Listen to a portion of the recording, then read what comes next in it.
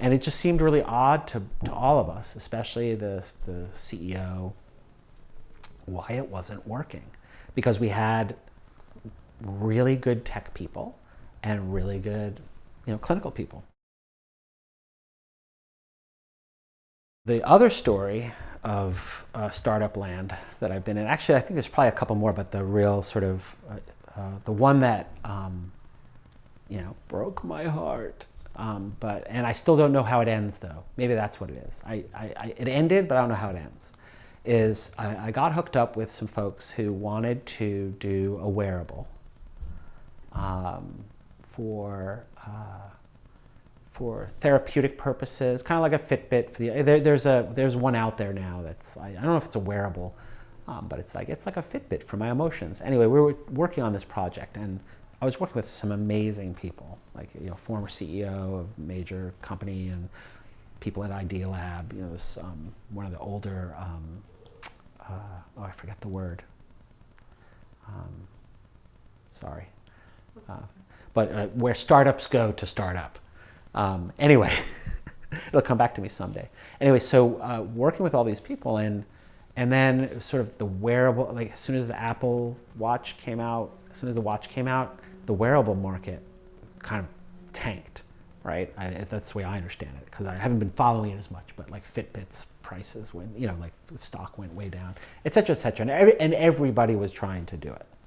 So then what we were doing, we pivoted, and we were like, okay, we're going to just do the app part of it. And apps there's ubiquitous. It's like there's a gajillion of them. And we had a good thing, and we actually went out and we were doing this, we were asking for, we were doing an ask, and nobody was putting down the money. And it just seemed really odd to all of us, especially the CEO, why it wasn't working.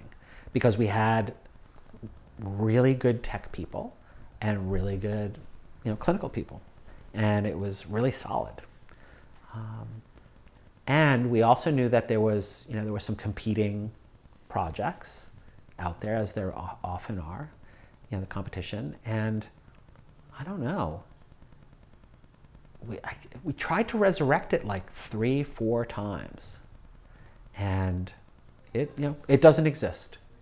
The company doesn't exist anymore. And so that one threw me for a loop, and I think it was pretty much around the time that that clinic that I was at before Refuge blew up. So like everything was blowing up, everything went kaplooey kind of all at once. And I did do a little bit of a controlling sort of a thing. Like I'll fold in. So past life, I've had many past lives, and not like I was Catherine the Great, nothing like that. But I had this past life where I went to NYU Film School for a bit, and I wrote the screenplay, and I gave it to my friend who was playing tennis with an agent. The agent was like, "Oh my God, this is great!" Like the first person I gave it to, like completely not the usual story. And I'm like, and I got this meeting with one of the biggest agencies at the time. This is in the early '90s, and I go there, and I get the royal treatment. And then the way that agency worked, it was kind of small, is they would have a weekly meeting, and there'd be one script that they'd be talking about for that week. So they only looked at like 52 things a year, essentially. And I was the script of the week, and they said no.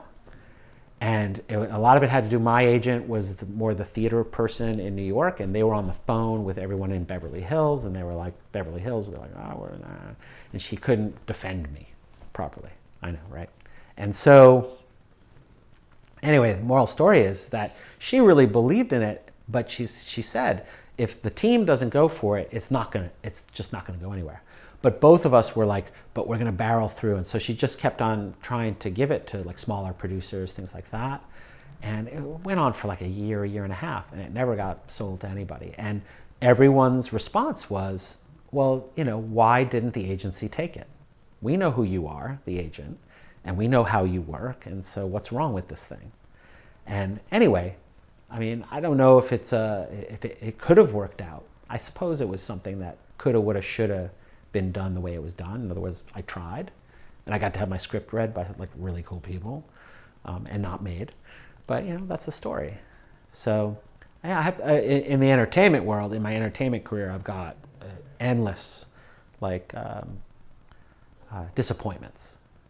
You know, I've had some successes, but I had like really significant disappointments, like on the cusp of, you know, I've got a couple of friends, like one friend, Dave Smith, he's a Buddhist teacher, a fellow Buddhist teacher, and he's like, oh man, oh man, are you okay? Like he said, yeah, your stories are awful. So yeah, it really is all about, you know, just, it's not brushing yourself off and pulling yourself up by your bootstraps. It's like just experiencing the whole messiness of it, and then seeing what's next.